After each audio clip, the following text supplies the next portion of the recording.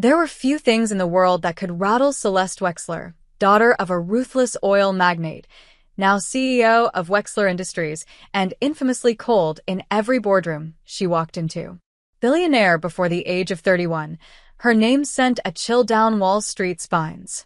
Her Manhattan penthouse on the 83rd floor of the Wexler building was known as her fortress, a place where assistants tiptoed, chefs whispered, and the air itself seemed to obey her silence.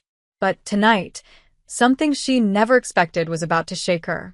It began with a decision made half out of boredom and half out of suspicion. Celeste had noticed the new maid, Isadora. Timid, quiet, always avoiding eye contact, disappearing into corners like a shadow. She had only been working there for a month, and yet, Celeste found herself noticing her more than she should. The girl moved like she was afraid to exist.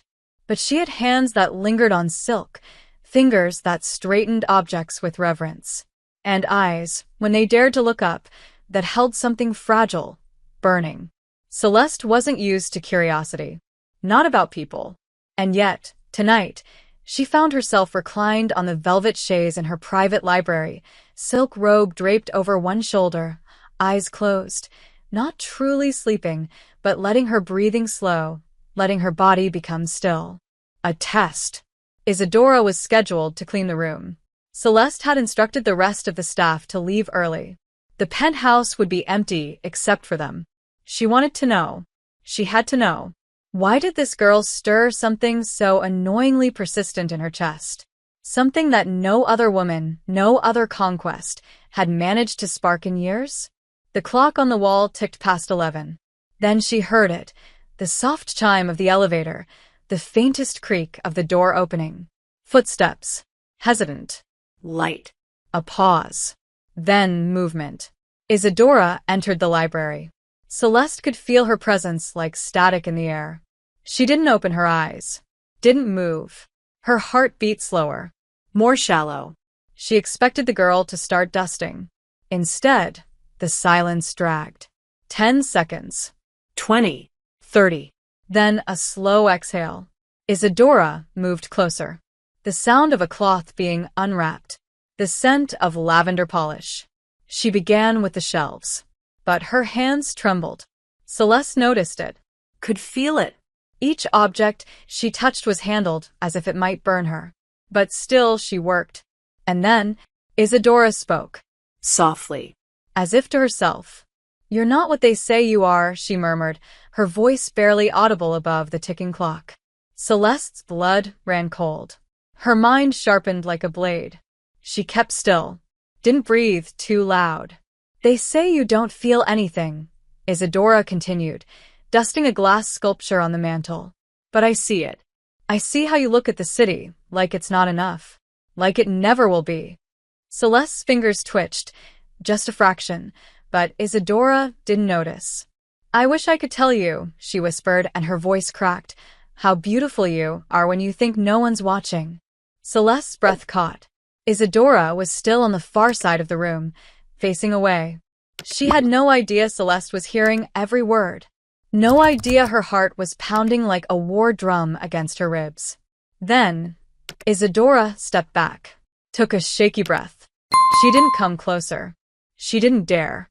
She simply gathered her cloth, looked once, longer than she should have, at Celeste's still form, and turned away. She left the library as quietly as she had come. The door clicked shut behind her, and Celeste, alone now in the silence, opened her eyes. Slowly. Wide. Shaken. Something inside her had shifted, and she didn't yet understand what. But she knew one thing. She would never see Isadora the same way again. Celeste didn't sleep that night. Not because of the markets in Shanghai or the stack of reports waiting for her on the dining table. Not even because her phone buzzed with a dozen missed calls from board members wanting her signature on another billion-dollar acquisition. None of it mattered. Not now. Not after what she heard.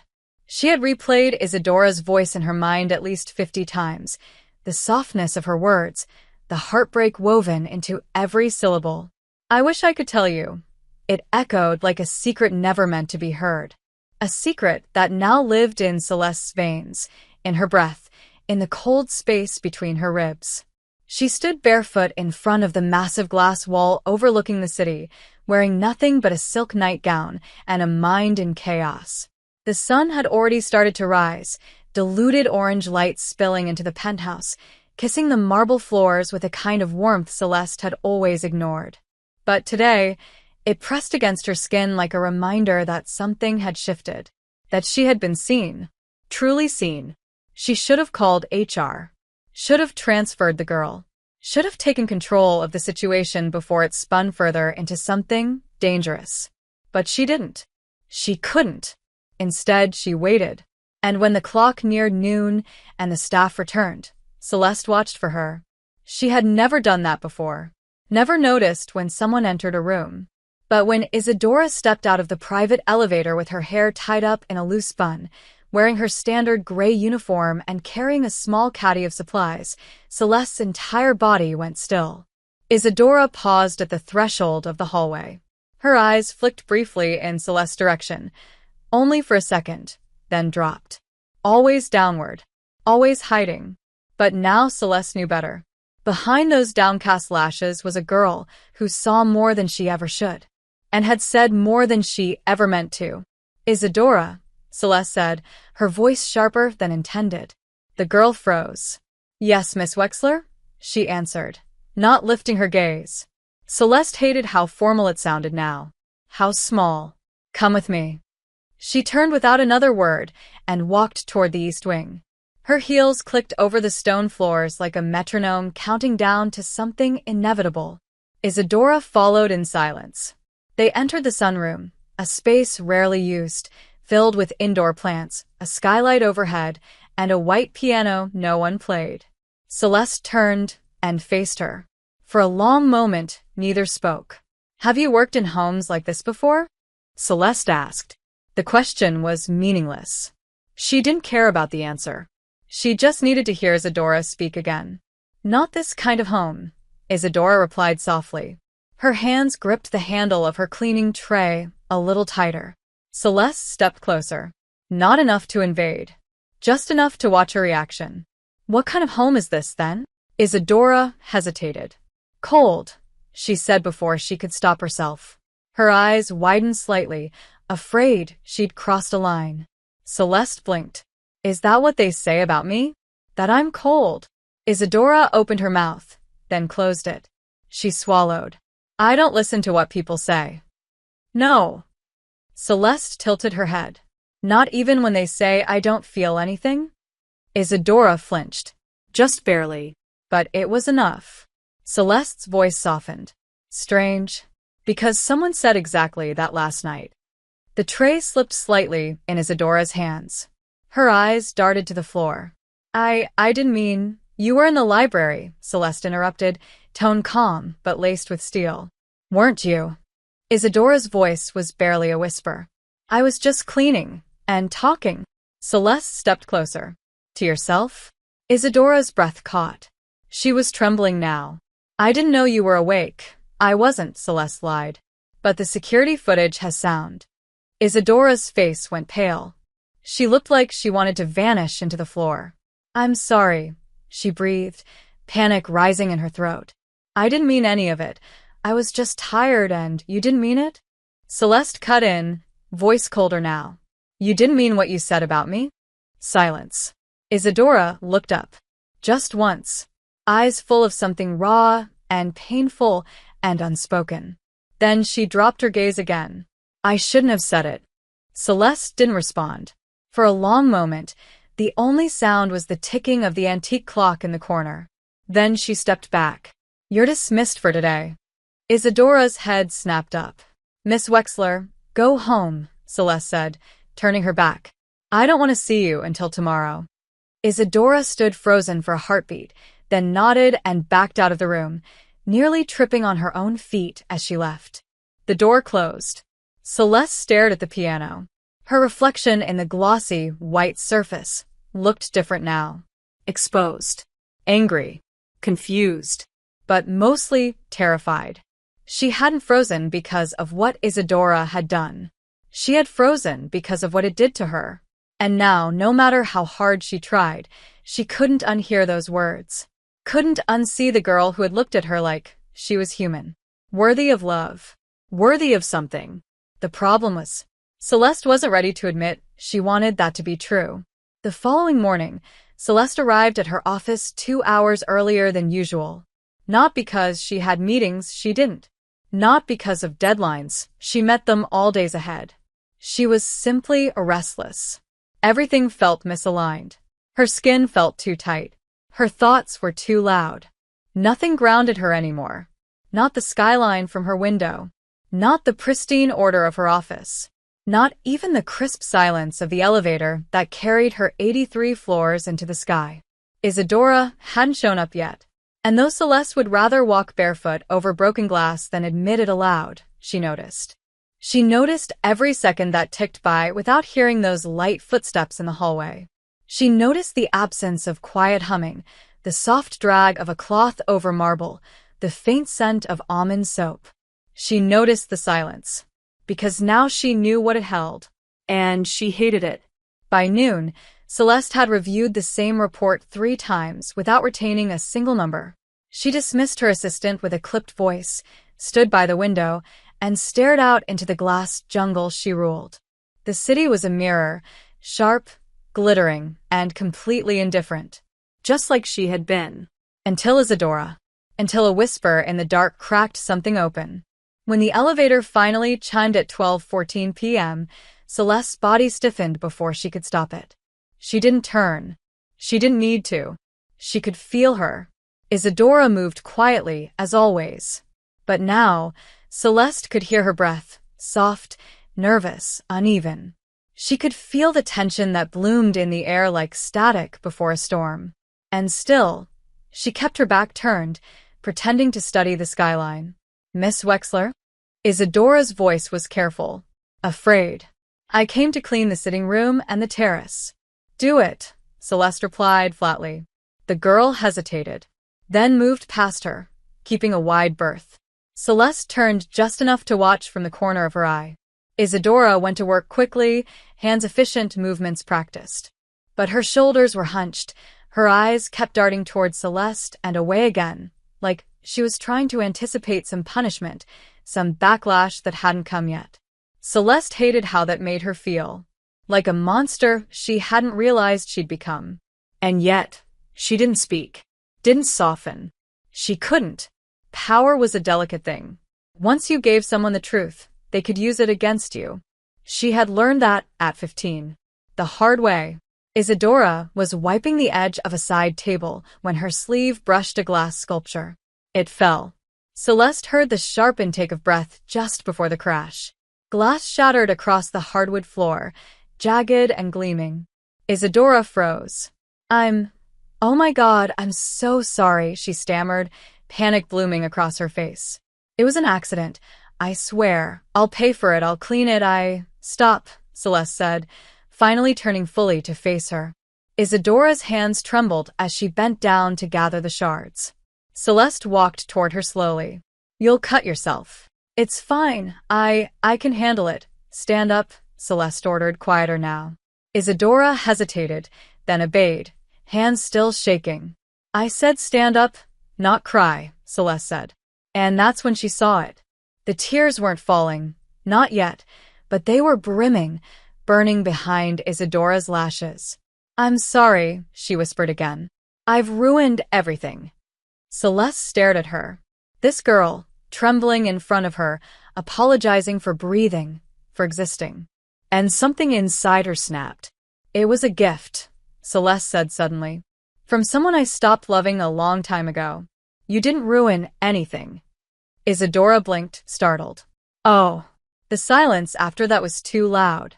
Celeste looked down. A small cut on Isadora's palm had started to bleed. Nothing severe. Just a thin red line. But it was enough. Hey, if you're enjoying this story, go ahead and drop a like to help us grow even more. And let me know in the comments, on a scale from 0 to 10, what score would you give this story so far? Your feedback makes all the difference. "You're bleeding," she said, stepping closer. "It's fine, let me see." Celeste reached out, and took her hand gently. Isadora froze. Her skin was soft. Too soft. Celeste held her hand like something fragile, and she hated how perfectly it fit in hers. "You shouldn't touch glass with bare hands," she murmured. "You'll get hurt." "I already did," Isadora said before she could stop herself. The words hovered between them. Celeste looked up. Their eyes met. And for the first time, Isadora didn't look away. Her chest rose and fell quickly. "I didn't mean to say that," she whispered. "Yes, you did," Celeste replied, her voice barely audible. "Just like you meant what you said the other night." Isadora pulled her hand back slowly, the air between them sparking like static. "Why are you doing this?" she asked, her voice so quiet it almost disappeared. "Doing what?" "Looking at me like that." Celeste didn't answer. Because she didn't know. She only knew that the girl who had once been invisible to her now felt like the only real thing in her world. And it terrified her. Isadora backed away, grabbing her cleaning tray. "I should finish the terrace," she said, her voice trembling again. "I didn't mean to interrupt your day." "You didn't," Celeste said, but the girl was already gone, slipping through the door like a breath escaping lungs. Celeste remained in the center of the room, holding the air like it could explain something. She looked down at her hand. A tiny smear of Isadora's blood lingered on her fingers, and she didn't wipe it off. Not yet, because for the first time in a long time, she felt something warm, and real, and terrifying. She wanted more, but wanting was dangerous. Wanting had teeth, and Isadora had no idea what she was waking up inside her. No idea what a woman like Celeste Wexler became when desire turned into obsession. Celeste wasn't used to feeling off balance. Control had always been her armor, her weapon, her religion. She had built empires with a straight spine and a voice that never trembled. Her name signed deals before she even walked into the room. But now, with a single girl brushing past her world like a shadow, everything she thought unshakable had begun to tremble. And she hated it. Except she didn't. Not really. What she hated was the ache in her chest when Isadora wasn't in the room. The strange stillness that followed the girl's footsteps like a scent that lingered on silk. She hated remembering the warmth of that small hand in hers. The smear of blood on her fingers she didn't clean off until long after Isadora had gone. And most of all, she hated knowing she could command armies and yet had no idea what to do with this girl who looked at her like she wasn't monstrous. The next morning, Celeste arrived late on purpose. She lingered in her bedroom longer than usual, watching her own reflection as she brushed her hair, slower than necessary. By the time she descended into the heart of the penthouse, she heard voices in the kitchen, staff preparing lunch, plates clinking, footsteps echoing across marble. And then she heard it. A laugh. Soft. Hesitant. But undeniably Isadora's. It was the kind of sound that wrapped around you before you even realized it had settled into your chest. Celeste paused in the hallway. That laugh had no business being so beautiful. She stood there, hidden just beyond the archway, listening. Isadora was talking to Marisol, the chef. They were laughing over something ridiculous. Apparently, someone had tried to make a soufflé explode in one of the staff cooking challenges downstairs. The moment was so normal, so painfully ordinary, it made Celeste ache. Isadora's voice was warmer here. More alive. Like the version of her Celeste had heard that night in the library was only one shade of a much deeper, much more colorful soul. And somehow, Celeste hated that she wasn't part of that world. Hated that the girl who had seen something in her now smiled at others like they mattered too. She stepped into the kitchen without warning. Silence snapped over the room like a whip. Everyone went stiff. Marisol gave a small nod and excused herself with a muttered, "Miss Wexler." Isadora, for her part, didn't move. But her back straightened, and her hands folded together in front of her like she was bracing for impact. "You're laughing," Celeste said, her voice cool. "It's allowed, isn't it?" Isadora replied before she could stop herself. Celeste raised an eyebrow. "Careful." That almost sounded like attitude. "I didn't mean—" "Relax," Celeste interrupted, stepping past her and pouring herself a glass of water at the sink, though there were staff for that. She didn't know why she did it. Maybe just to feel something ordinary. Maybe to see if her hands would stop shaking. I was just surprised, she added. You seem different today. Isadora hesitated, then spoke with quiet honesty. I don't know how I'm supposed to be anymore. Celeste looked over her shoulder. Their eyes met, and for a heartbeat, neither of them breathed. Then Celeste turned fully to face her. Come with me. No explanation. No room for protest. Just a command. Isadora followed. She always did. Celeste led her to the private gallery on the lower level, walls lined with original works, from brutalist sculptures to minimalist canvases that whispered in soft strokes. The room smelled of varnish and silence. No one else ever came here. Not even the staff. Celeste stood in the center, arms crossed. Tell me what you see, she said, gesturing toward the nearest piece, a jagged sculpture made of rusted steel and melted glass. Isadora blinked. Why? Because I'm asking. Isadora stepped closer, slowly, hesitant. She studied the piece. It looks like something that was destroyed and forced back together, but not in the right shape, just enough to keep standing. Celeste said nothing. Her throat tightened. Isadora turned. I'm not sure that's what the artist intended. It doesn't matter what they intended, Celeste replied. It matters what you see. Another silence. Then Isadora dared to ask, why me? Celeste didn't answer right away. She walked closer instead, until the space between them thinned to something fragile.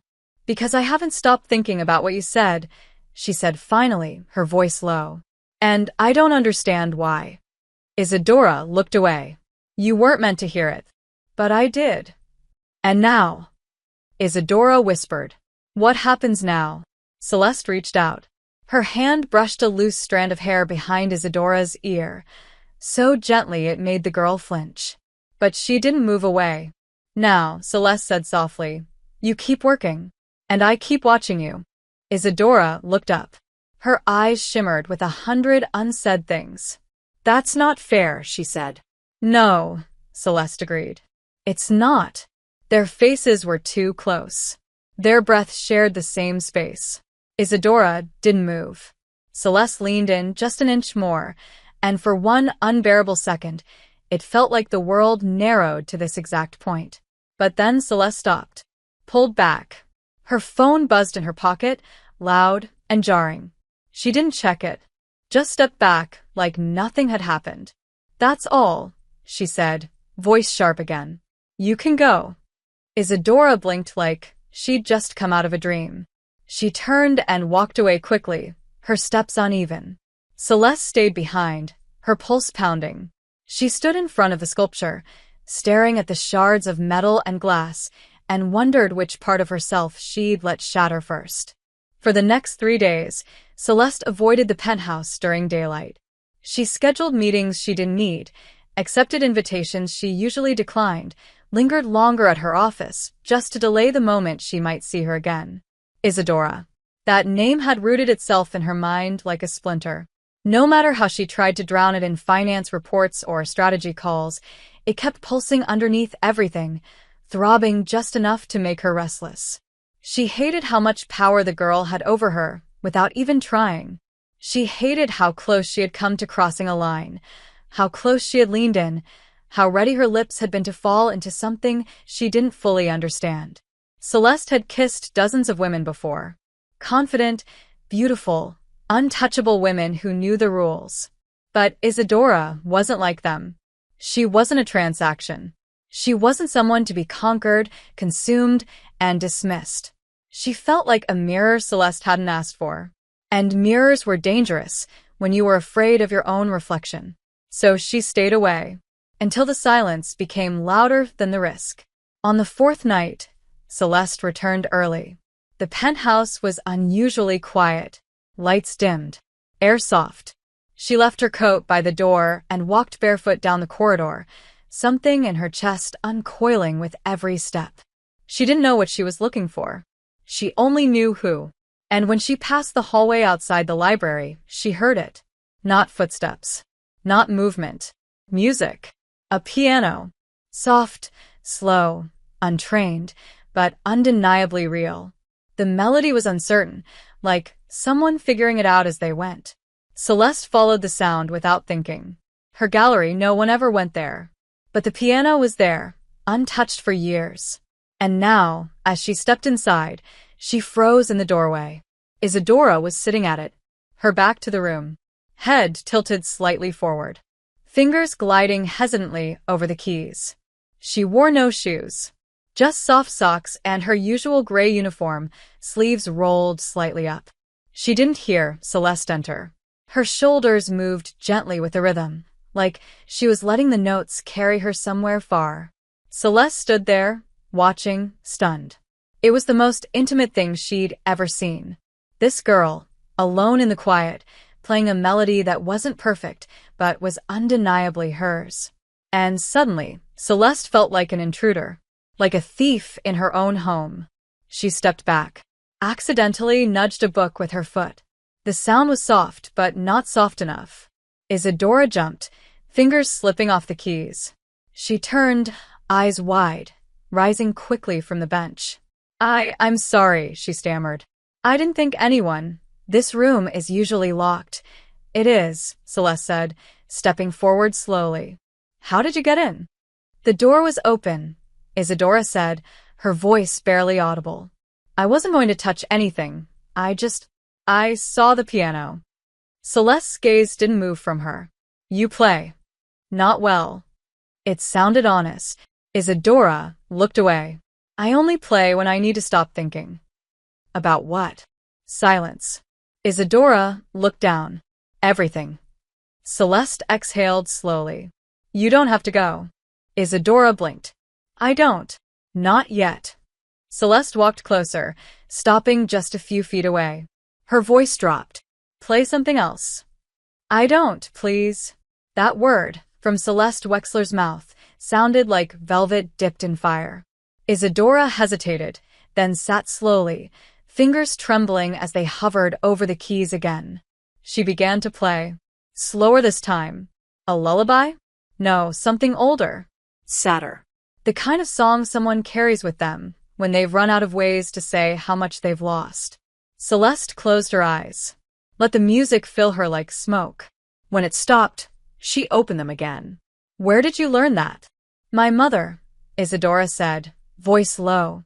Before she got sick. Celeste's expression shifted. Barely. But something inside her pulled tight. Is she? Gone, Isadora finished. A long time ago. Celeste nodded slowly. I'm sorry. You don't have to say that. Why not? Because it's not your fault. Another silence. Then Celeste stepped forward and sat beside her on the piano bench. The movement was instinctive. No plan. No motive. Just gravity. Isadora didn't move. She kept her hands in her lap, breathing shallowly. Celeste didn't look at her. Just stared at the keys. No one's ever played this piano, she said. I bought it because I thought I should have one. It looks impressive, classical, sophisticated, and cold, Isadora said before she could stop herself. Celeste smiled. A real smile. Small. Sad. Everything I own is cold. Not everything. Celeste finally turned to her. Their eyes met again. But this time, there was no anger. No dominance. No distance. Just two people sitting too close to truths neither of them were ready to say. Isadora's voice trembled. Why are you being like this with me? I don't know, Celeste admitted. It scares me. What? You. Isadora's breath caught. I don't want to scare you. It's not that kind of fear, Celeste whispered. It's the kind that makes me want to run. Because if I don't, I might stay. They didn't touch.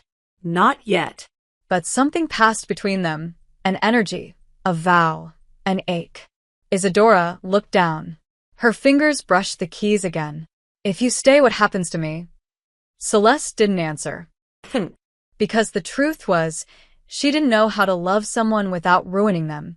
She stood abruptly. You should go to bed, she said. Isadora rose too, slower. Thank you for letting me play.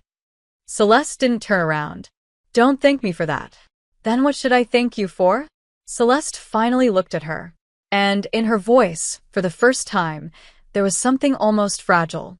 For reminding me I'm still human. Isadora stood there, watching her, not knowing what to do with that confession. And Celeste, for the first time in years, felt naked in her own home. She walked away quickly, heart hammering. Because now the question wasn't what she felt.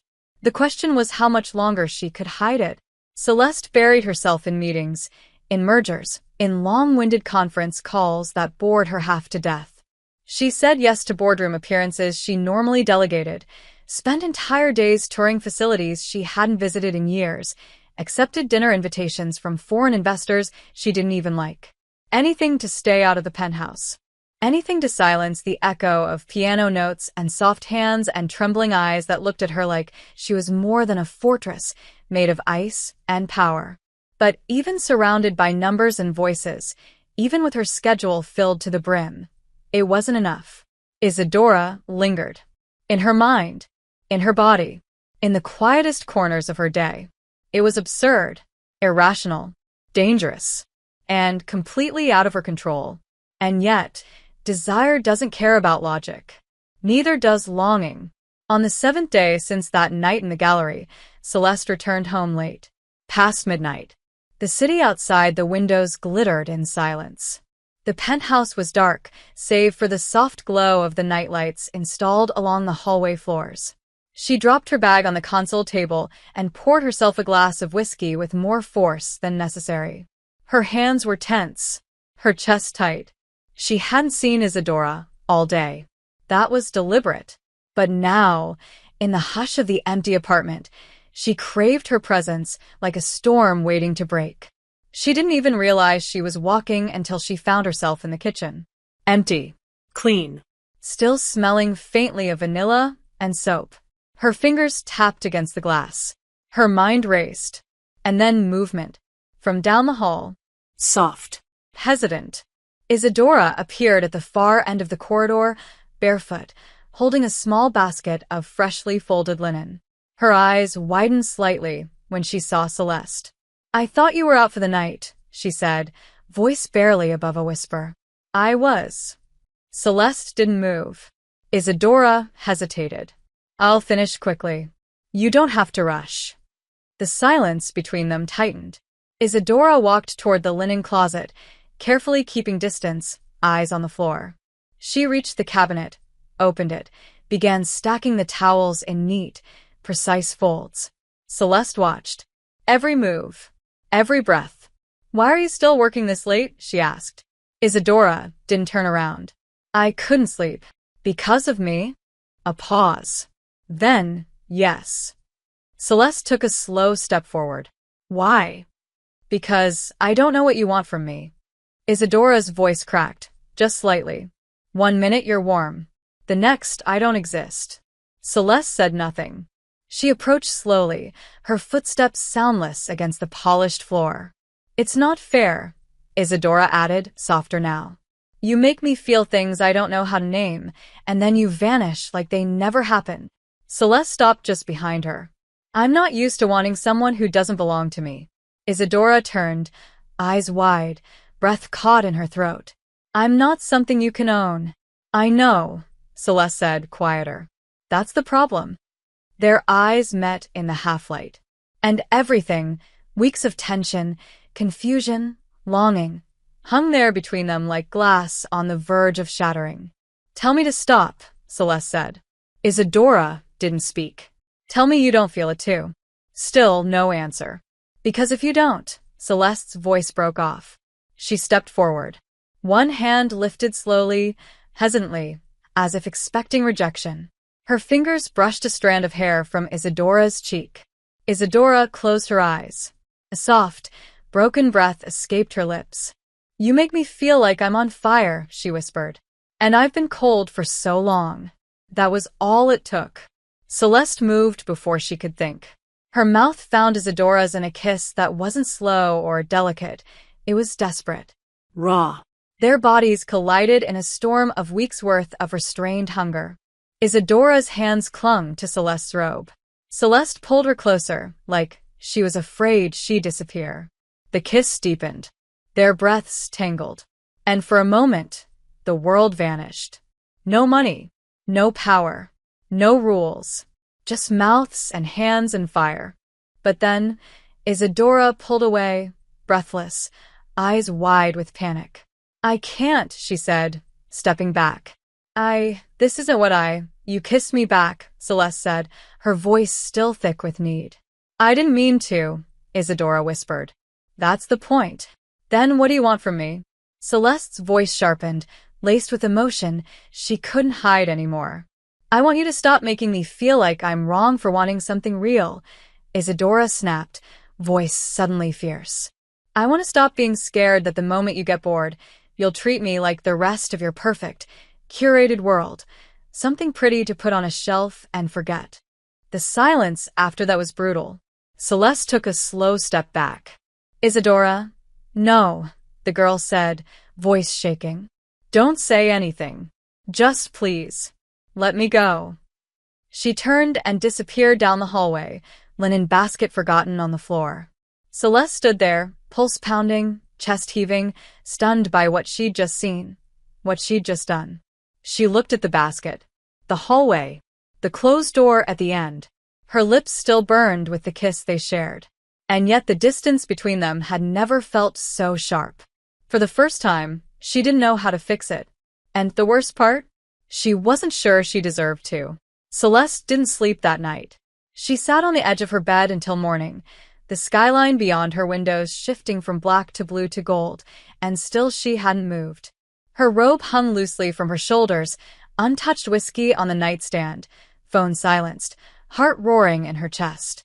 The kiss replayed in her mind in agonizing detail, the way Isadora had melted into her, the heat of her mouth, the way her hands had clung to Celeste like she needed her to breathe. And then the way she'd pulled away, eyes wide with fear, with shame, with something Celeste didn't know how to name. That look had undone her more than the kiss. It wasn't rejection. It was hurt. A kind of betrayal Celeste hadn't realized she was capable of. She didn't know how to feel about that. And worse, she didn't know how to fix it. She'd spent her life building walls tall enough to never have to apologize. She didn't know the language of remorse. But she wanted to learn it. For her. For Isadora. The hours crawled. Celeste didn't go to the office. Didn't check her emails. She showered in silence, dressed in black slacks and a blouse softer than her usual armor, and wandered the apartment like a ghost. The staff came and went. None dared speak to her. Isadora didn't appear. That was expected. Still, it stung. By afternoon, Celeste stood in the hallway outside the service quarters. She had never been there before. She stared at the door for a full minute, hand hovering near the handle, before she turned away. She wasn't ready. Not yet. Instead, she retreated to the library, the same chaise where it had all begun. She sat with a book she didn't read, staring at pages full of words that couldn't quiet her thoughts. Hours passed. Then footsteps. Barely audible. Hesitant. The door opened slowly. Celeste didn't look up. She didn't have to. She felt her. Isadora stood in the doorway, hair pulled back, sleeves rolled up, hands tucked in front of her like she was bracing herself for a storm. I came to clean, she said, voice tight. Do you want me to come back later?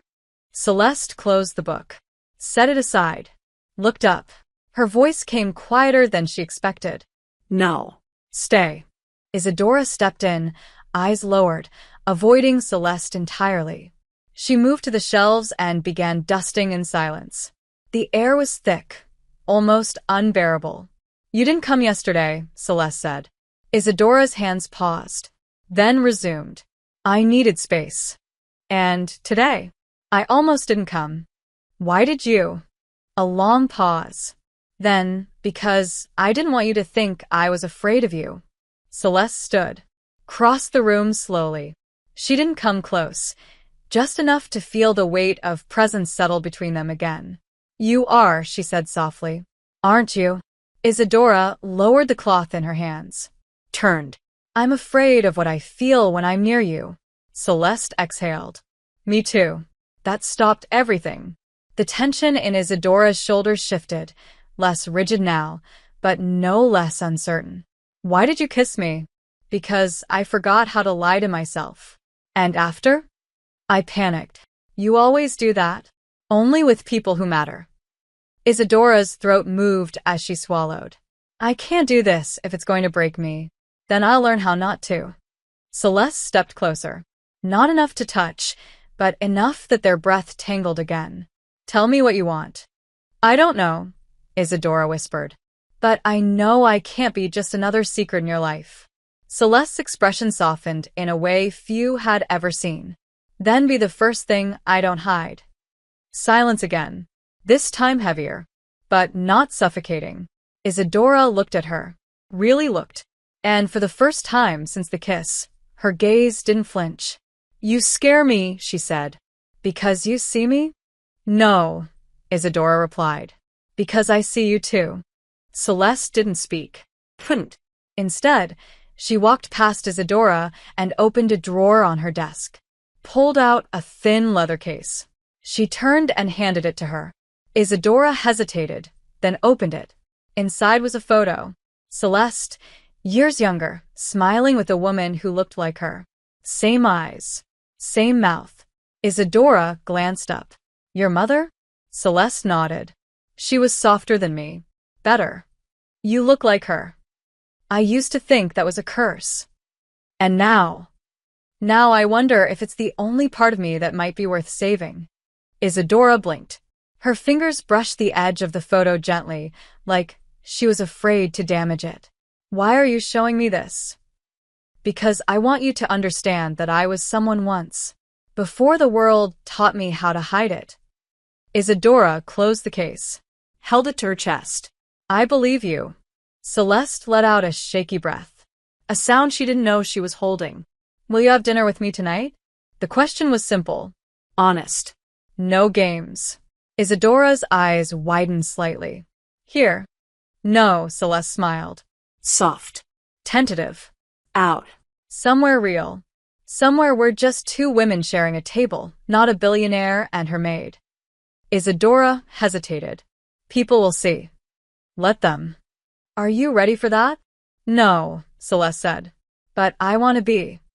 Isadora stared at her. And in that moment, something shifted again. Not loudly. Not dramatically. But like a window opening just enough to let the light in. Then yes, she whispered. I'll have dinner with you. Celeste smiled.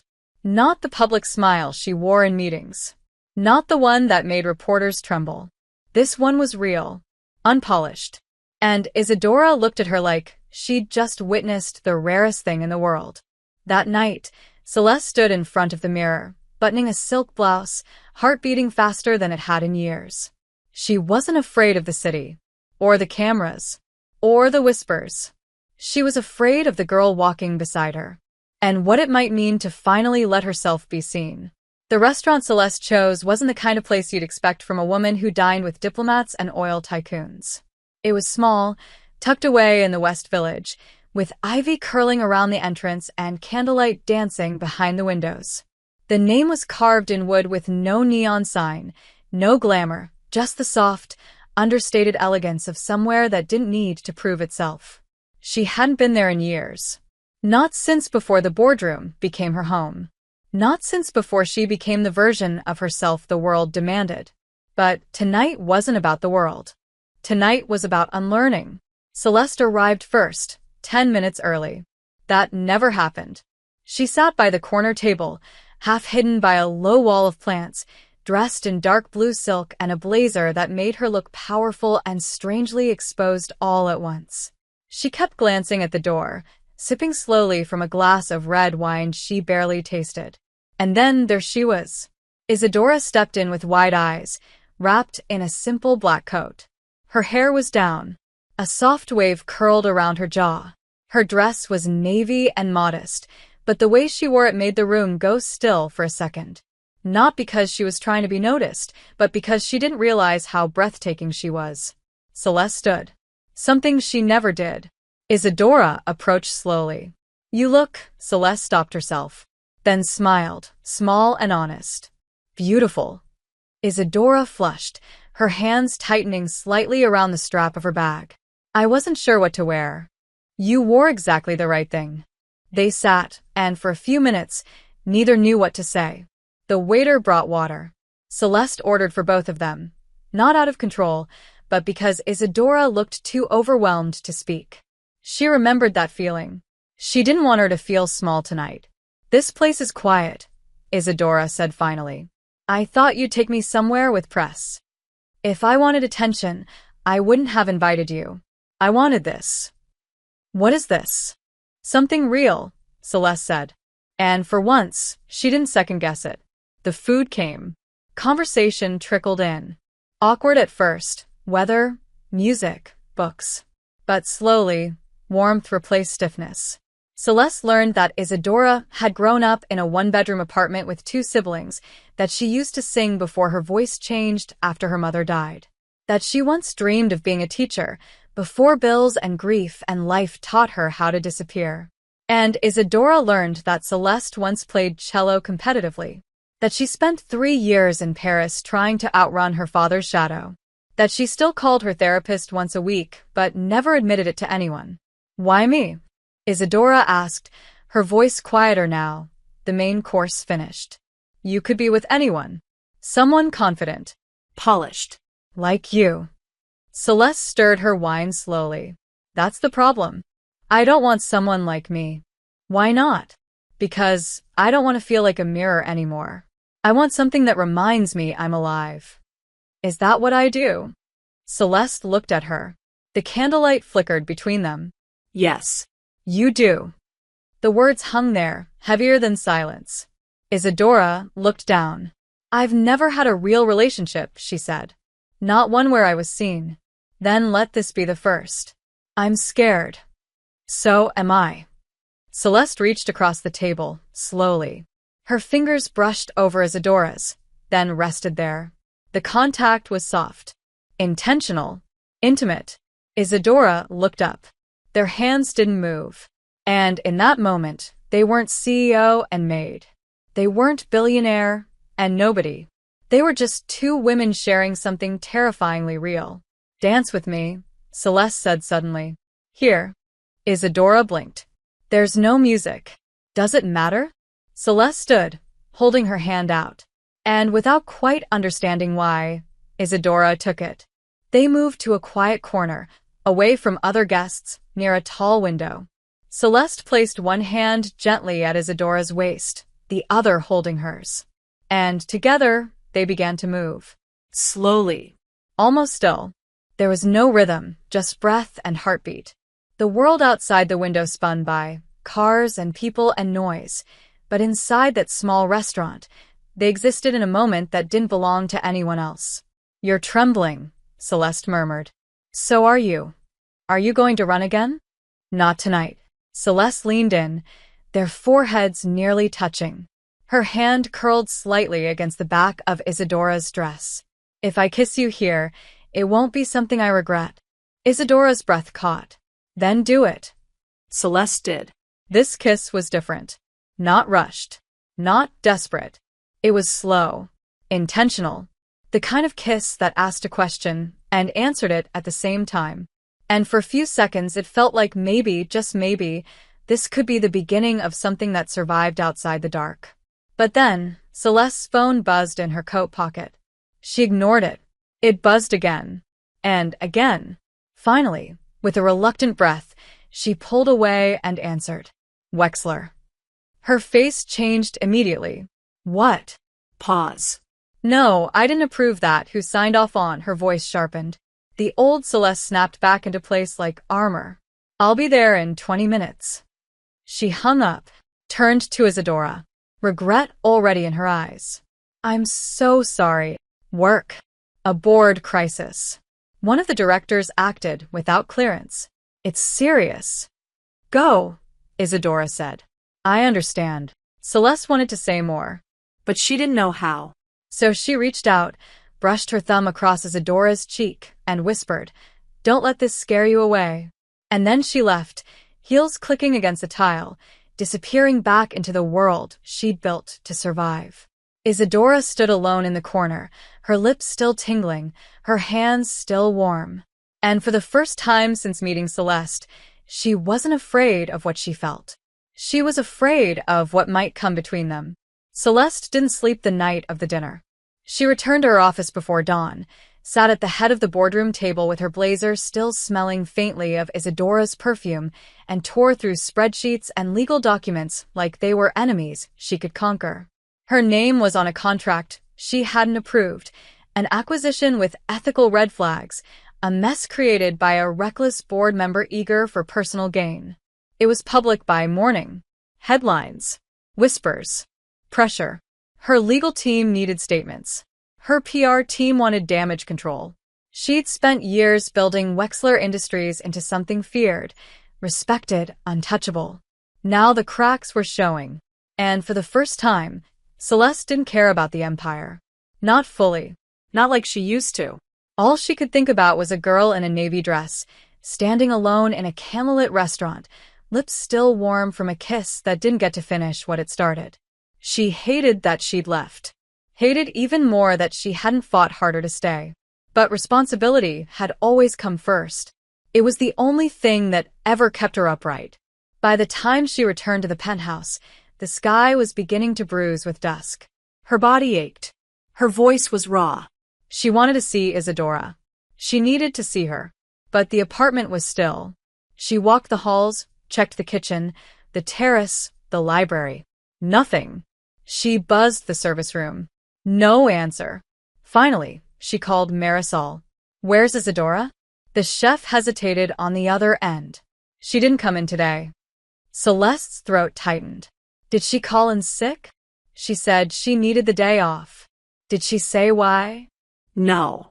But she sounded upset. Celeste ended the call without another word.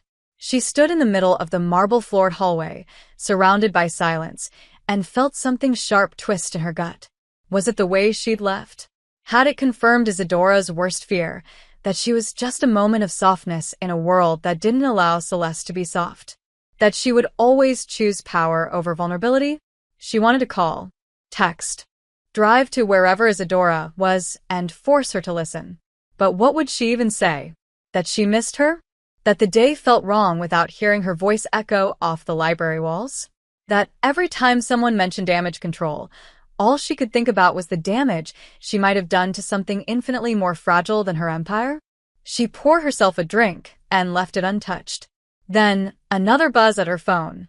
This time, not work. A message. From Isadora. One line. "I need time. Please don't look for me today." Celeste's chest caved in. She stared at the message for so long the screen dimmed. Her first instinct was to ignore it. Go to her. Fix it. Control the outcome. But hadn't that always been the problem? She exhaled and set the phone down without replying. That night, the penthouse was too big. Too quiet. The city lights mocked her. And the whiskey finally went down like regret.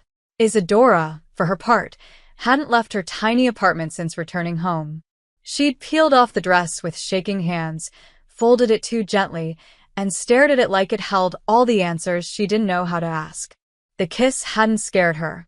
It had destroyed her defenses. It had felt like the first time she was truly touched. Not just skin to skin, but heart to heart. And then Celeste left. Just like she feared she would. Just like everyone else eventually did.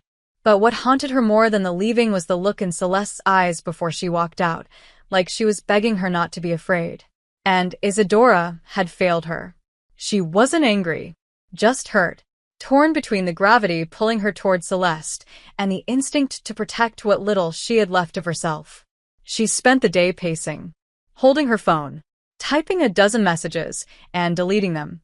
At night, she finally sent one. "I need time." Not because she didn't want her, but because she wanted her too much and didn't know how to survive it. The next morning, Celeste waited. She didn't go to work.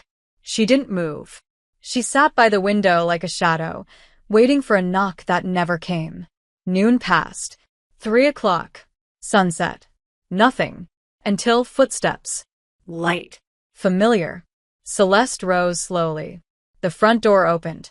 And there she was. Isadora. Still in her coat. hair damp from the misting rain outside. Her face pale, but eyes steady. "I came back," she said softly. Celeste didn't move. "Why?" "Because staying away hurt more." Celeste swallowed. "Are you angry?" No. "I'm terrified. Of me. Of this." She took a breath. "But I don't want to walk away from it." Celeste stepped forward. "Then don't." "But I need to know something first." "Anything." "If I fall into this, will you catch me, or will you let me hit the ground?" Celeste didn't speak. She stepped closer, gently took Isadora's hand, pressed it to her own chest. "I'm falling too," she whispered. "Maybe we catch each other." The air shifted. The silence between them wasn't silence anymore. It was understanding. It was invitation. But before either could speak again, the elevator chimed. A second later, the doors slid open. A man in a suit stepped out, one of the board directors. "Celeste," he said, stiff and cold. "We need to talk. Privately." Celeste's body stiffened. She turned to Isadora. "Wait for me." But Isadora was already stepping back. Her eyes dimmed, not from jealousy, but from the cruel reminder of the world Celeste came from. The one that always interrupted them. The one that might not make room for a girl like her. "I'll be in the library," she said. "If you want me." And then she disappeared again, soft as a ghost. Celeste stood there, torn in two. Behind her, the business she built was beginning to burn. And ahead of her, the woman who made her feel alive was slipping away with every second she hesitated. The boardroom had never felt smaller. Celeste sat at the head of the long obsidian table, her posture sharp, chin lifted, every inch the woman she'd spent a lifetime perfecting. Around her sat 7 men and 3 women, power brokers, investors, partners, vultures. They looked at her like she was both queen and liability. "We've contained most of the media fallout," said Langford, the director who had overridden her signature on the acquisition. "But there are whispers, Celeste." Headlines. "You know how perception works." "Yes," she said coolly. "I built my career on it." "Then you understand why we need to show strength, stability, and no distractions." The word hit harder than he realized. Distractions. Celeste's jaw clenched. "Is that what you think this is?" "There are photos," another board member said carefully, "of you, at that restaurant, holding hands, dancing, with a maid, Celeste. You gave them a story." "I gave them a fraction of my life," she snapped. "They built the rest." "It's not about her," Langford said. "It's about you. Your judgment. Your timing. You left during a crisis." "For what?" Celeste stood slowly. "Be very careful how you finish that sentence." The room fell silent. Celeste's voice was ice. "If any of you believe my leadership is in question because I took one night to be human, then I suggest you reconsider who you're dealing with." She walked out before they could respond. She didn't need their approval. Not tonight. She needed air. And a glimpse of the only person who made her feel like more than her title. She took the elevator up, blood pounding, heart a storm beneath her ribs. But when the doors opened to the penthouse, Isadora wasn't there. The library was empty. The kitchen dark. The terrace still. Panic bloomed before she could stop it. She called her. Voicemail. She tried again. Nothing. Finally, on the kitchen counter, she saw it, Isadora's name badge. Folded neatly. Placed beside a short note. "I don't belong in your world. And I can't keep pretending I do. I'm sorry." Celeste stared at the paper, the words dissolving as her mind raced to make sense of it. Her body went cold. Her chest tightened. No. Not like this. Not now. She grabbed her coat. Left everything behind. Traffic blurred past as her driver cut through the city. She didn't know where she was going. Just that she had to find her. She tried Marisol. No one had seen her. Tried her assistant. Checked security footage. Isadora had left just 30 minutes ago. No suitcase. Just her coat. Celeste didn't wait. She called the only place she knew Isadora might go, home. A tiny walk-up on the Lower East Side. 10 minutes later, she was outside, rain beginning to spit from a heavy sky. The building was dim. She buzzed. No answer. She buzzed again. And again. Then finally footsteps. The door opened. Isadora stood in the hallway, coat still on, hair loose, her eyes red but defiant. You shouldn't be here. And yet here I am. It's too late, Celeste. Don't you dare say that. You left. For 1 hour. To keep the company I built from crumbling. And I was left standing there, wondering if I was always going to be second. You're not second. Then why did it feel like I was? Celeste stepped inside, closed the door behind her. The hallway was narrow. Their bodies were too close. Their pain even closer. Because I didn't know how to choose you, Celeste said, voice cracking. Not without sacrificing everything I've been told I have to protect. And what about what I'm protecting? Isadora whispered. My heart. My dignity. The last sliver of self-worth I've held onto after years of being invisible. Celeste's voice softened. You were never invisible to me. Then why do I feel like I'm disappearing again? Celeste reached for her, but Isadora pulled back. Don't. Not if you're going to walk away tomorrow. Celeste exhaled, defeated. I don't know how to do this. Neither do I. But I do know that I won't survive it if I'm the only one willing to fall. You're not, Celeste said. You never were. Then prove it. Silence. Heavy. Sharp. Celeste stepped back, pulled something from her pocket. A folded card. She handed it to Isadora. What is this? An invitation. To the company gala. Tomorrow night. I want you there. As my guest. Not as staff. Isadora looked at the card like it was made of fire. You take me there? I'll walk in with your hand in mine, Celeste said. And anyone who looks at you like you don't belong will answer to me. That's not how you fix this. No. But it's where we start. Isadora's hand trembled. What if they talk? Let them. What if it ruins your image? Then let it burn. Their eyes locked. For the first time, Celeste wasn't wearing armor. She was just a woman, asking not to be left behind. Isadora stepped closer, laid her hand against Celeste's cheek. If I go, it's not as a decoration. I know. It's as someone you choose. Every time. Every time, Celeste promised. They stood there, neither kissing, neither running, just breathing. Just existing. Together. But even as they held that fragile moment between them, they both knew tomorrow would be a battlefield. And the world wasn't kind to women who dared to want love and power in the same breath. The ballroom of the Langford Hotel glittered like something out of a fever dream, chandeliers dripping with crystal, marble floors polished to mirror-like gleam, servers gliding silently between tuxedos and silk gowns. It was the annual Wexler Industries Winter Gala, an event built on performance and power. For years, Celeste had attended as a symbol, unreachable, impeccable, the cold center of the room that no one dared approach unless summoned. But tonight, she didn't walk in alone. When the grand double doors opened and Celeste stepped inside, she wasn't holding a glass of champagne. She was holding Isadora's hand. A hush fell over the room.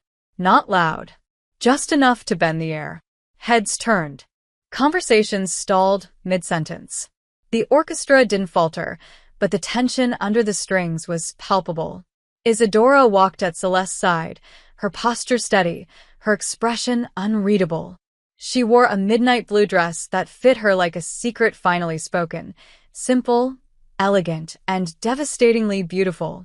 Her hair was swept up loosely, with strands falling around her cheeks. Her eyes were focused forward, but Celeste could feel the tremor in her fingers. She squeezed her hand. A quiet signal. I'm here. I'm not letting go. Cameras flashed.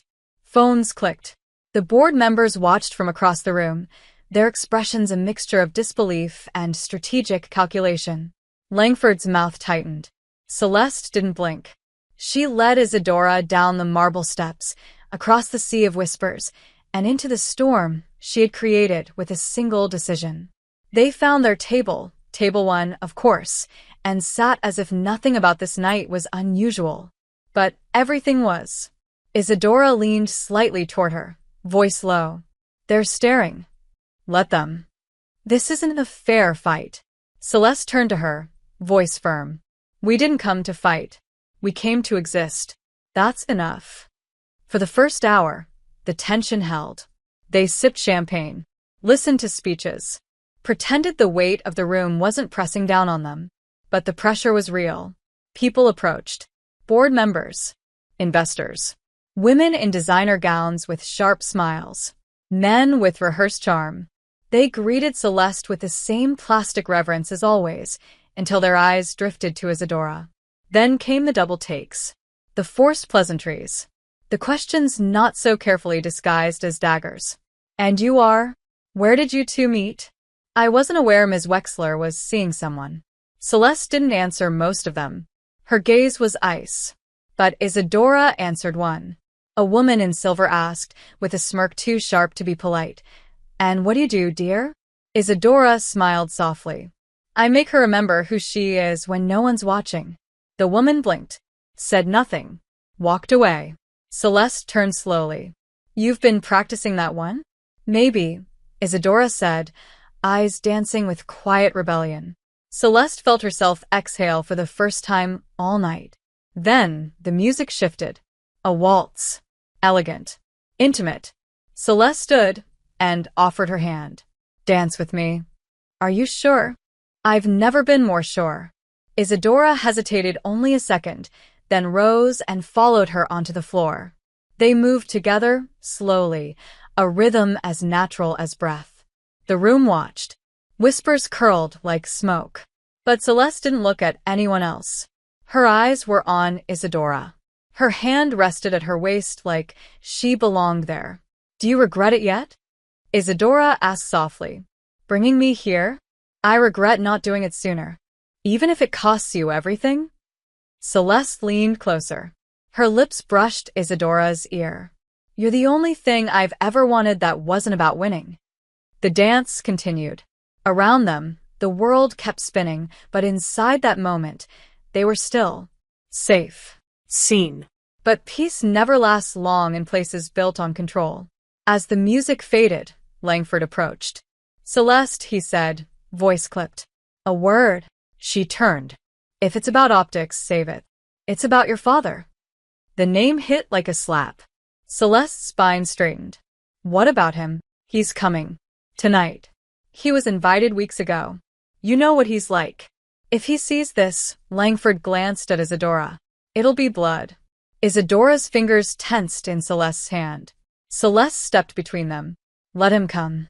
He could pull his shares. Then let him burn them. This isn't just about you anymore. No, Celeste said. It's about what I'm willing to protect. Langford sighed. You always were stubborn. And you always were afraid of the wrong people. He walked away. Celeste turned back to Isadora. You don't have to stay. I'm not leaving you, Isadora whispered. Not again. And then another hush. A different one. Deeper. Like the air itself recoiled. Celeste turned toward the entrance. And there he was. Daniel Wexler. Her father. The man who taught her how to build a kingdom and fear its fall in the same breath. His eyes locked onto hers from across the room. Then to Isadora. And he began to walk. Every step was thunder. Every guest leaned back slightly, sensing war in the air. Celeste felt her pulse steady. She squeezed Isadora's hand one last time, then stepped forward. Alone.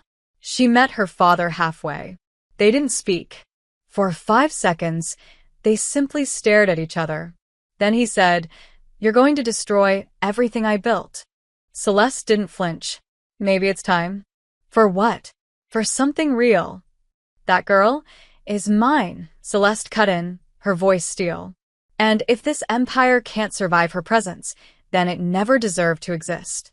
Her father stared at her, then laughed once. Cold. Short. You're weak. No, Celeste said, stepping back toward Isadora. I'm finally strong enough to choose something that isn't fear. And then she kissed her. In the center of the ballroom. In front of cameras. Board members. Investors. And her father. She kissed her like it was a beginning. like it was the answer to every version of herself she'd spent a lifetime hiding. The crowd didn't know what to do. Some gasped. Some stared. But Celeste didn't see them. She only saw the girl in her arms. And the world didn't matter anymore. The kiss made headlines before they even left the ballroom. Photos flooded social media, grainy shots, high-definition captures, dramatic angles of Celeste Wexler, the ice queen of American industry, kissing an unknown woman in the middle of her company's most prestigious gala. The word "Maid" appeared in captions like a scarlet letter. The tabloids spun it like a scandal. The business outlets called it a distraction. And the people who hated powerful women finally had a weakness to cling to. By morning, the news cycle had exploded. Celeste's face was on every screen. Not for a merger. Not for a new innovation. But for a kiss. For loving someone the world didn't believe she should. She stood in the glass tower of her office, facing the skyline she used to command without question. Her assistant handed her the morning's press packet, 10 pages thick. "Do you want the damage report?" Celeste didn't turn around. Just the truth. Stocks dipped 4 points. 2 partners are stalling negotiations. The board is holding an emergency session tonight. And the gossip? You're trending. For how long? Depends on what you do next. Celeste exhaled. Cancel all meetings. No statements. No apologies. Her assistant hesitated. "Celeste, you might be losing them. Then let them go." When the assistant left, Celeste turned her phone face up. A message from Isadora. "Are you okay?" She didn't answer right away. She didn't know what okay meant anymore. Downstairs, Isadora sat on the edge of the bed in Celeste's penthouse guest room, holding her own phone like it might combust. Her name wasn't in the headlines, not directly. But she was everywhere, blurred in the background, dissected in forums, judged by people who didn't know her name, her story, or her heart. She had already received dozens of messages. Some cruel, some invasive. One from a cousin she hadn't spoken to in years, asking if the rumors were true. And now she was here, in this place that didn't feel like hers, trying not to unravel. When Celeste finally entered the room hours later, she didn't say anything. She looked exhausted. Her blazer was off. Her voice was barely holding. "I didn't think it would hit this hard this fast," she said. "I did," Isadora replied softly. "That's why I tried to walk away." "Don't say that." Celeste sat beside her. "I would do it again. Even if it costs you your company? It might. And your father? He already made his choice." Isadora looked down. "And me?" "What if I can't handle this?" Celeste didn't flinch. "Then you walk. I won't stop you. But I'll fight like hell to give you a reason to stay. You shouldn't have to fight that hard just to love someone. You don't know what the world does to women like me. Women like us. They tolerate us if we stay quiet. They parade us if we're performative. But the moment we make them uncomfortable, they strike. And you made them uncomfortable." "Good." Isadora turned to her. "You always sound so certain." "I'm not. Not with you. That's how I know it's real." Celeste reached for her hand. Isadora let her. But there was tension in the gesture now, love tangled in fear. "If this gets worse," Isadora said, "I need to know something. Anything.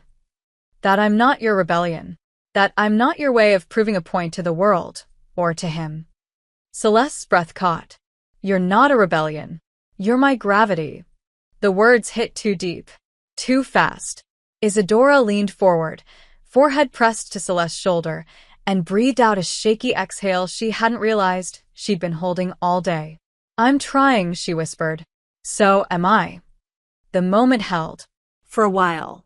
Until Celeste's phone rang again. This time she answered. "Short. Cold." "Understood." She hung up. Isadora looked at her. "What is it?" "The board's meeting was moved up. They want to vote in 2 hours. About my leadership." "Are you going?" "Yes." "Alone?" Celeste stood. Straightened her shoulders. "Not if you'll come with me." Isadora blinked. "What?" "I want you to walk into that building with me. Let them see that I'm not hiding. That we're not ashamed. You don't have to prove anything. I'm not doing it for them. I'm doing it for me. For you. For us. Isadora hesitated. They'll devour me. Then let them choke. The fire in Celeste's eyes was calm now. Certain. But Isadora's chest ached. Because this wasn't just about love anymore. It was about survival. And the higher they climbed, the sharper the knives beneath them became. I'll go, she said finally. But promise me one thing. Anything. If they try to destroy you, don't let me be the reason you fall. Celeste stepped closer. Pressed their foreheads together. You're the only reason I'm standing. And then, before either could change their mind, they left. Together. Stepping out into a world already armed with judgment. And the storm was just beginning. The elevator ride to the executive floor was silent. Celeste stood with her shoulders back, her face unreadable, dressed in sleek black tailored lines that made her look like she was carved from control itself. Beside her, Isadora held her breath, fingers laced with Celeste's, palms slightly damp.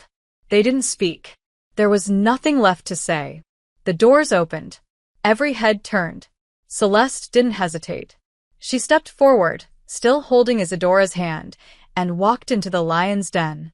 The boardroom buzzed with tension. The long table was full, 11 members in crisp suits, a few legal advisors on the perimeter, and her father, Daniel Wexler, seated at the far end, hands folded over a folder thick with documentation that reeked of war. A chair had been placed for Celeste. None for Isadora. Celeste didn't sit. I assume we're ready? We are, Langford said, standing slowly. But if your guest would prefer to wait outside, she stays, Celeste replied. She doesn't speak for the company, another member snapped. Then let her speak for me, Celeste said, her voice calm but razor-sharp. Silence. Daniel leaned forward. You're turning this into a circus. No, Celeste said, locking eyes with him. I'm turning this into a reckoning. Celeste, if we're here to discuss business, let's do it. If we're here to discuss my personal life, then let's stop pretending this is about ethics and admit it's about your discomfort. A few of the younger members shifted in their seats. Langford cleared his throat. You've compromised your public image, distracted from the current acquisition disaster, and damaged investor trust with your behavior. My behavior? She asked, one brow arched. You mean falling in love with someone the world deems unworthy? Murmurs. Tension. Isadora's grip on her hand tightened. No one said that, someone muttered. Then say what you mean, Celeste said. Is this about professionalism? Or is it about respectability politics dressed in a tailored suit? This isn't personal, Langford said. It is now, Celeste replied. She let go of Isadora's hand and finally Saturday, so vote. If that's what you came to do. But let's be clear, if you remove me from my position because of who I love, then you've made this company a monument to cowardice. Silence stretched like a blade. Then Daniel Wexler stood. I built this company from nothing, he said. I handed it to you because I believed you could carry it. But this is weakness. You let your emotions cost you power, reputation, control. You mean I stopped performing a version of myself that made you comfortable, Celeste said. No. I became more than you ever taught me to be. She's using you, Daniel said, gesturing toward Isadora. Don't be naive. Isadora stepped forward. Her voice was steady. I didn't ask for any of this. I didn't chase cameras or sign NDAs. I didn't ask to be dragged through headlines. I fell in love with a woman who made me feel seen for the first time in my life. If that makes me a threat to your empire, then maybe it wasn't built on anything real. Every eye turned to her. But she didn't flinch. She met their gaze like someone who had nothing to prove and everything to protect. Celeste stood again. I'm not ashamed of her. And I won't apologize for making a choice with my heart instead of my balance sheet. If that costs me this seat, then so be it.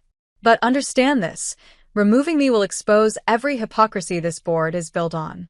And I won't go quietly. Langford looked pained. Celeste, don't do this. I already did. Another silence. Then Daniel tossed a document onto the table. Motion to remove Celeste Wexler as CEO of Wexler Industries effective immediately. citing breach of fiduciary duty and reputational compromise. Seconded, came another voice. Opposed. Celeste didn't look at Isadora. She didn't need to. 3 hands raised. Then 4. 5. But the 6th hesitated. A woman at the far end. She looked between Daniel and Celeste. Then slowly raised her hand in opposition. 6-6. A tie. Daniel's smirk returned. As chairman, I hold the tiebreaker. Not anymore, the woman said. You stepped down as chairman last quarter. Interim status expired last week. Daniel froze. Celeste blinked. The room exploded in whispers. Langford sighed. Then the vote stands at deadlock. Celeste stood. Then I remain CEO. Daniel turned, stormed out without a word. And the boardroom, for once, had nothing left to say. Outside, Isadora followed Celeste into the hallway, breath shallow. Did that just happen? Yes, Celeste said. Her hands were shaking. You stood up to him. You stood with me. What now? Isadora asked. Now, Celeste said, turning to her, voice trembling but full of fire. We don't hide. Ever again. And then her phone buzzed. A message from her PR team. Request for live interview. Network wants a statement. They'll go to press with or without you. Celeste looked at Isadora.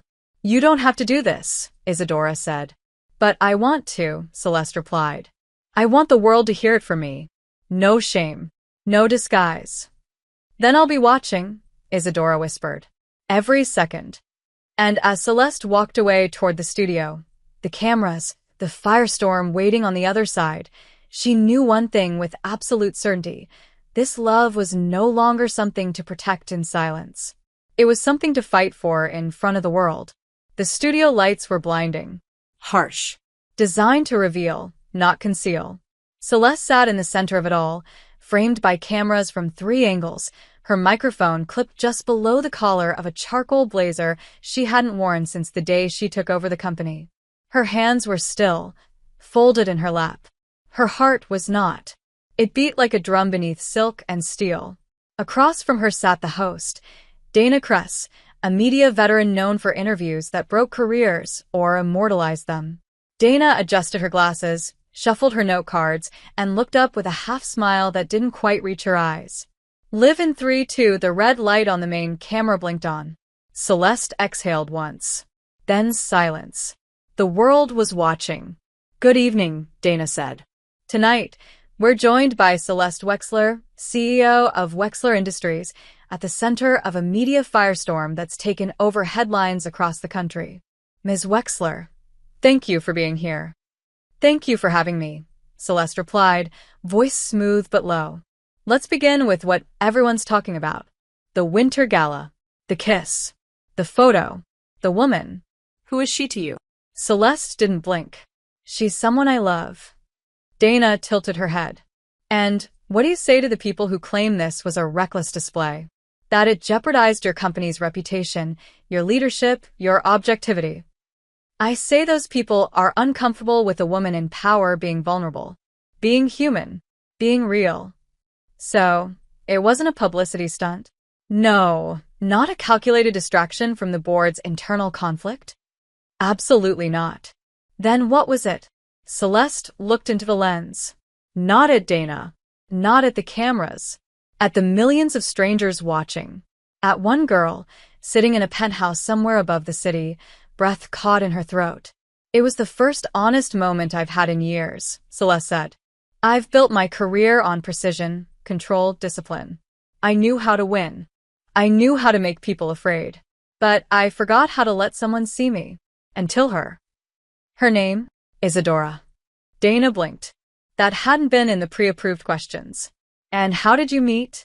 She worked in my home. So the rumors are true. You fell in love with a maid? No, Celeste said. I fell in love with a woman. A woman who saw through every mask I wore, who didn't care about my bank account, or my legacy, or my board of directors.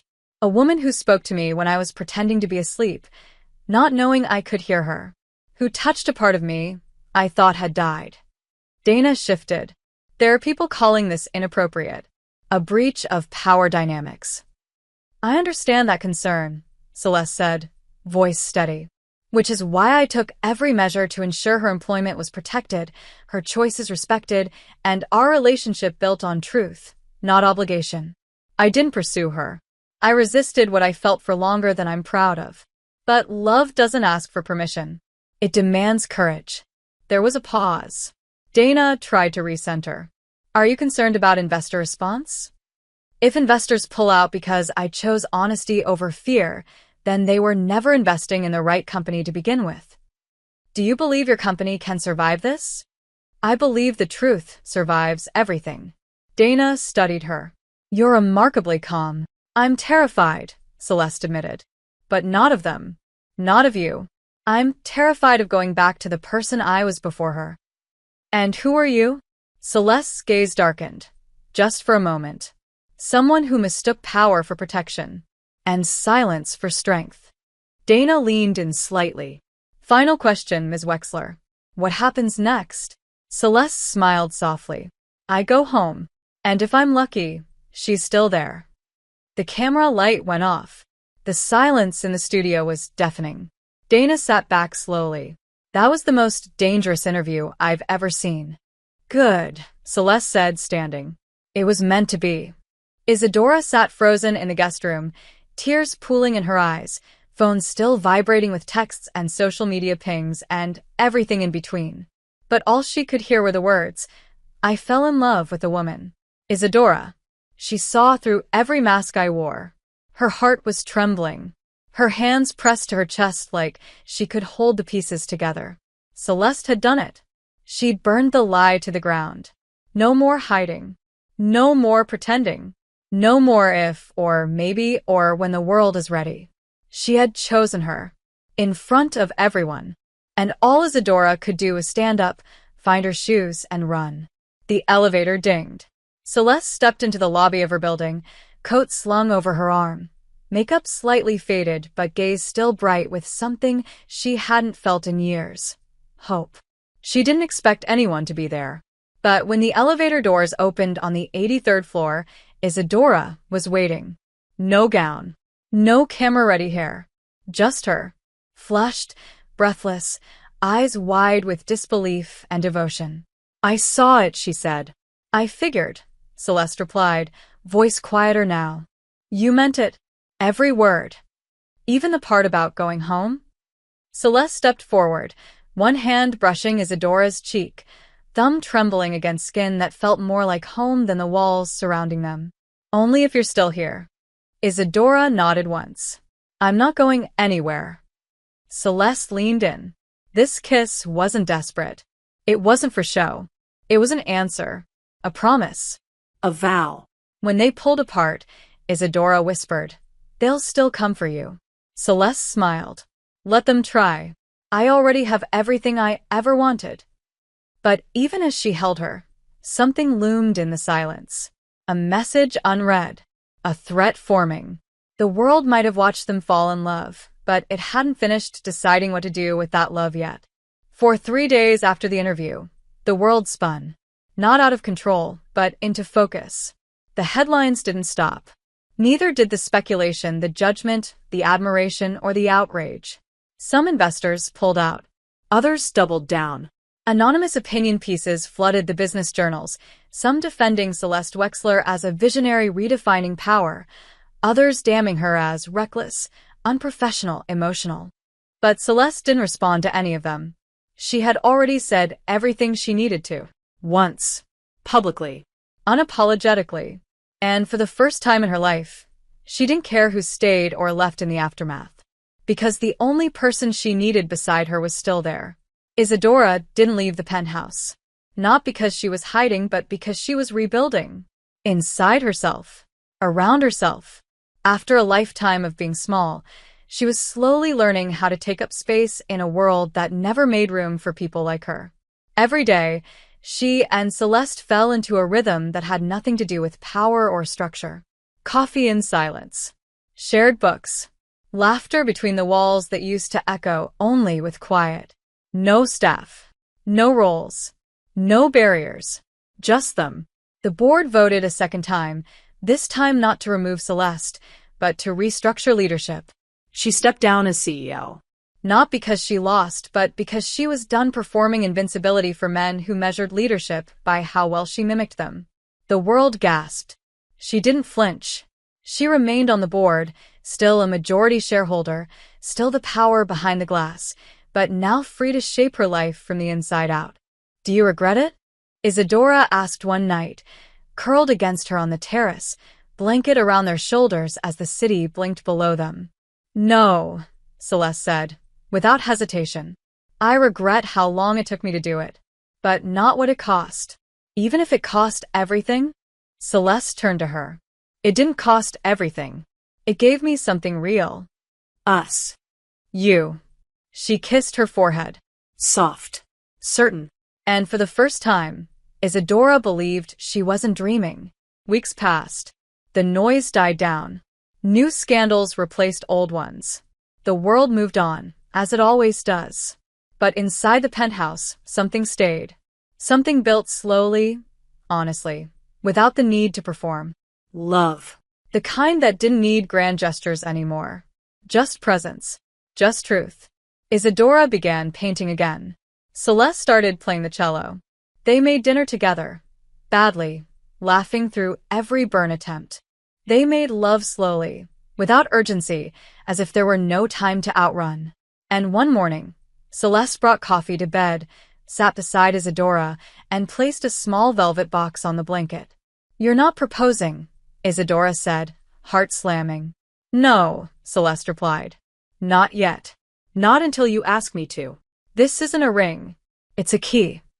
Isadora blinked. To what? To this life. To this home. To me. She opened the box. Inside wasn't gold or diamonds. Just a single silver key on a thin chain. Isadora reached out slowly. Touched it. You want me to move in? I want you to believe this place is just as much yours as mine. I want you to stop knocking on doors that were always meant to open for you. Tears pooled in Isadora's eyes. I don't know how to be this brave every day. Then we'll take turns, Celeste said, voice quiet. I'll be brave for both of us until you feel ready. Isadora didn't speak. She just leaned forward, pressed her forehead to Celeste's, and whispered, Then I'm staying. I'm not leaving again. And that was enough. That night, they didn't go out. They didn't pose. They didn't perform. They danced barefoot in the kitchen to an old jazz record, laughing at their own clumsiness, wrapped in something warmer than any fire. And in the days that followed, they kept choosing each other. Every morning, every argument, every moment of silence. Not because it was easy, but because it was real. A year later, the press still remembered them. Not as a scandal, but as a turning point. Celeste Wexler had become a symbol, not of controversy, but of evolution. And Isadora? She was no longer the maid. She was a writer now. A voice that told stories of softness surviving power, of love surviving expectation, of women surviving the myth that they must choose between desire and dignity. In the end, the world didn't ruin them. It revealed them, and they weren't afraid anymore. The final shot was this. 2 women on a rooftop at dusk. One barefoot, one in heels, holding hands, facing the horizon. Quiet, Whole. unshakable, together. If you enjoyed this content and want to support the channel in a special way, try clicking the thanks button below. It's the one with the heart and $sign icon. With super thanks, you can make a direct contribution to the channel, which helps me keep creating awesome videos for you.